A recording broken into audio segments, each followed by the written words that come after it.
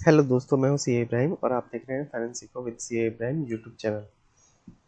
ठीक है, जैसा कि आप लोगों को पता है हम अभी क्या कर रहे हैं, हम फ्री स्टॉक मार्केट कोर्स कर रहे हैं। ठीक है, उसके काफ़ी डेज हो चुके हैं। आज 15 डेज हो चुके हैं और आज 16 है। ठीक है, देखते हैं आज क्या सीखना है। जो कंटेंट है वो मेरे वेबसाइट पर मिल जाएगा www.financeseco.com। यहाँ पे जाके आप देख सकते हो www.financeseco.com। ठीक है, आप लोगों को कैसे जाना है, आप लोग को जाना है, यहाँ पे आना है financeco.com। ये वेबसाइट खुल जाएगी ऐसे, है ना। फिर उसके बाद क्या करना है, फ्री स्टॉक मार्केट कोर्स को क्लिक करना है।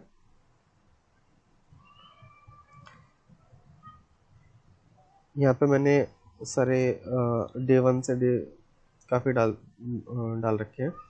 डे 1 टू 25 पूरे डाल रखे हैं मैंने यहाँ पे। ठीक है, और मैं क्या करता हूँ ना कि जैसे यूट्यूब का जो वीडियो लिंक भी यहाँ पे डाल देता हूँ, तो आप यहाँ पे क्लिक करोगे ना तो सीधे आपको यूट्यूब पे वीडियो लिंक भी खुल जाएगा। ठीक है, ये आप कर सकते हैं।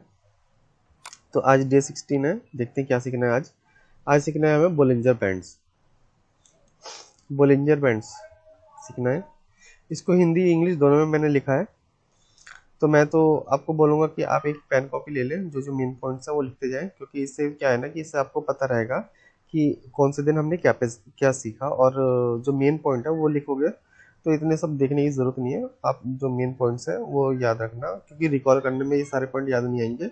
जो मेन पॉइंट्स होते हैं उसी के हिसाब से हमें ट्रेड लेना होता है, और उसी के हिसाब से हमें सारी चीज़ें करनी पड़ती है। व्हाट इज़ बॉलिंजर बैंड्स, ये पढ़ लेना। अंडरस्टैंडिंग वॉलेटिलिटी, वॉलेटिलिटी मतलब क्या होता है ना कि वॉलेटिलिटी मतलब होता है कि उतार चढ़ाव। या तो मार्केट को अगर देखेंगे तो मार्केट में वॉलेटिलिटी है, मतलब कि मार्केट में काफ़ी उतार चढ़ाव है। ठीक है, अगर किसी स्टॉक को देख रहे हैं, स्टॉक का प्राइस देख रहे हैं, उसमें वॉलेटिलिटी है तो स्टॉक के प्राइस में उतार चढ़ाव है। यही होता है। Trading signals with Bollinger band. Bollinger bands जो है ना, पहले यहाँ पे लगाएंगे। ये है ट्रेडिंग व्यू। टाइम फ्रेम सबसे पहले मैंने आपको बताया, पहले ट्रेडिंग व्यू पे आना है, उसके बाद चार्ट सेलेक्ट करके उसके बाद टाइम फ्रेम को देखना होता है।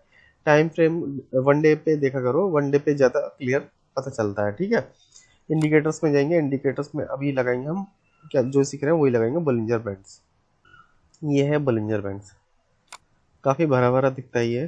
ठीक है, इसमें क्या है ना, इसमें अब हमें सीखना है क्या क्या चीज़ें होती हैं। पहला देखते हैं क्या है, बॉलिंजर स्क्वीज। स्क्वीज किसको बोलते हैं? स्क्वीज को आता है ना, ये बहुत एक छोटे एरिया में आ जाता है, उसको स्क्वीज बोलते हैं। इसके प्राइस में देखो, इसमें दिख नहीं रहा स्क्वीज, इसमें वॉलेटिलिटी ज़्यादा है। किसी और को देखते हैं। स्क्वीज यहाँ पे देख लो, ये देखो कितने एरिया में आया है। इसको बोलेंगे बॉलिंजर स्क्वीज। एक बार पढ़ भी लेते हैं, देखिए क्या होता है। इसमें क्या है, स्क्वीज इंडिकेट्स दैट देयर में a possible market movement. Possible market movement हो सकता है, कहीं भी हो सकता है, ऊपर भी हो सकता है, नीचे भी हो सकता है। And a period of high volatility following a period of low volatility, traders can get ready for any kind of breakout। देखो जब स्क्वीज बनता है ना, ब्रेक थ्रू लिखा है लेकिन ब्रेकआउट है इसका मतलब।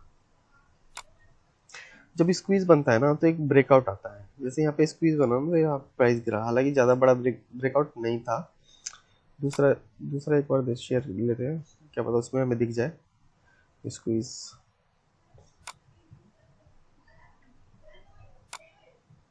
देखो यहाँ पे स्क्वीज बना, यहाँ पे ब्रेकआउट तगड़ा आया। ठीक है, और देखते हैं और स्क्वीज दिख जाए हमें। यहाँ पे इसको भी बोल सकते हो, लेकिन ये ज़्यादा छोटा नहीं है स्क्वीज, ये काफ़ी वोलेटाइल है। इसको भी बोल सकते हो स्क्वीज। इसके बाद यहाँ पे ब्रेकआउट आया ये, लेकिन सबसे बढ़िया दिख रहा है। यहाँ पे स्क्वीज है, इतना बना, एरिया देखो कितना कम है इसमें बना, और ये ब्रेकआउट दे दिया इसने। ठीक है, एक और किसी को देख लेते हैं, क्या पता कोई अच्छा सा दिख जाए। अभी दिख नहीं रहा कोई बढ़िया सा। स्टेट बैंक देखें, ये देखो ये दिख गया स्क्वीज। ये देखो, ये रेंज में जो आ रहा है ना, ये स्क्वीज है, उसके बाद ब्रेकआउट दिया, स्क्वीज है, ब्रेकआउट दिया, ये अच्छा दिख रहा है।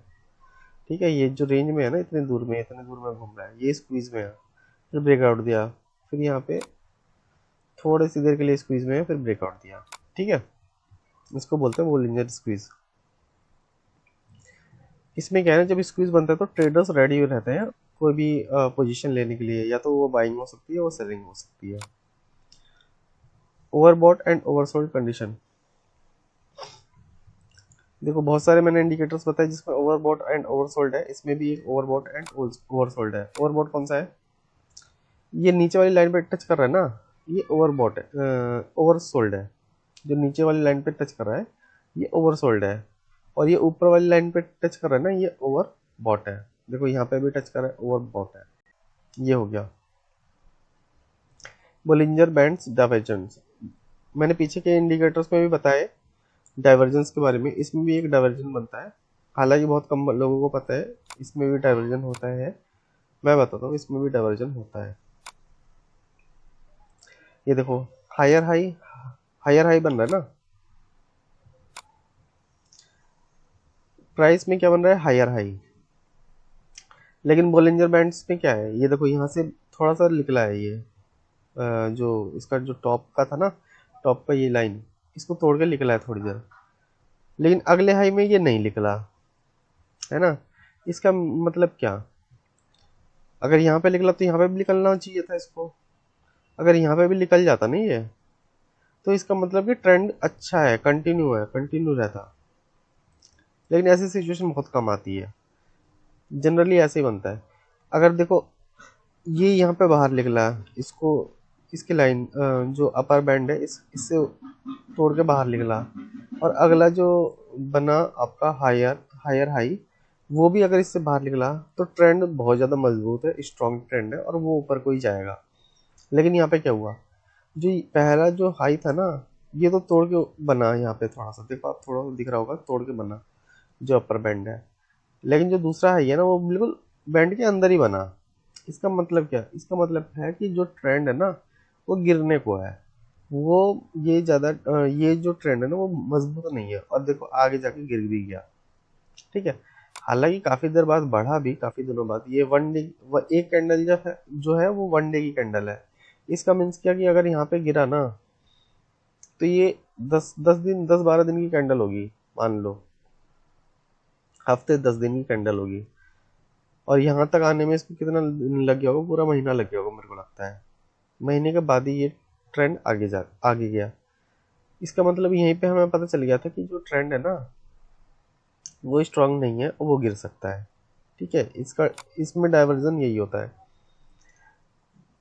Practical tips for using Bollinger bands, देखो टिप्स देख लो क्या क्या चाहिए होंगे हमें बोलिंजर बैंड्स को यूज करने के लिए।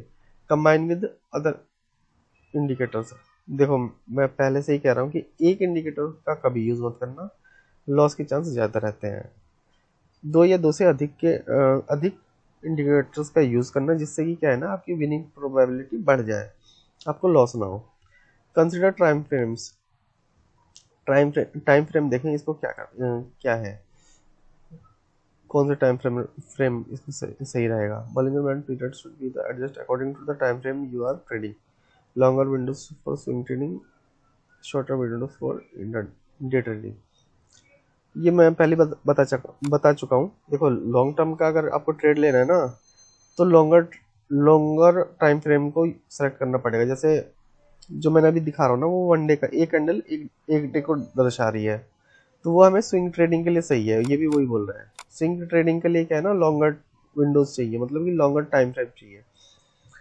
और शॉर्टर टाइम फ्रेम किसके लिए चाहिए, for day trading. Day trading में मैंने बोला है कि 15 मिनट की कैंडल सेलेक्ट कर लिया करो, सबसे बढ़िया रहता है इंटर डे के लिए। डे ट्रेडिंग मतलब इंटर डे। ओके, समझ में आता है, समझ में आता है।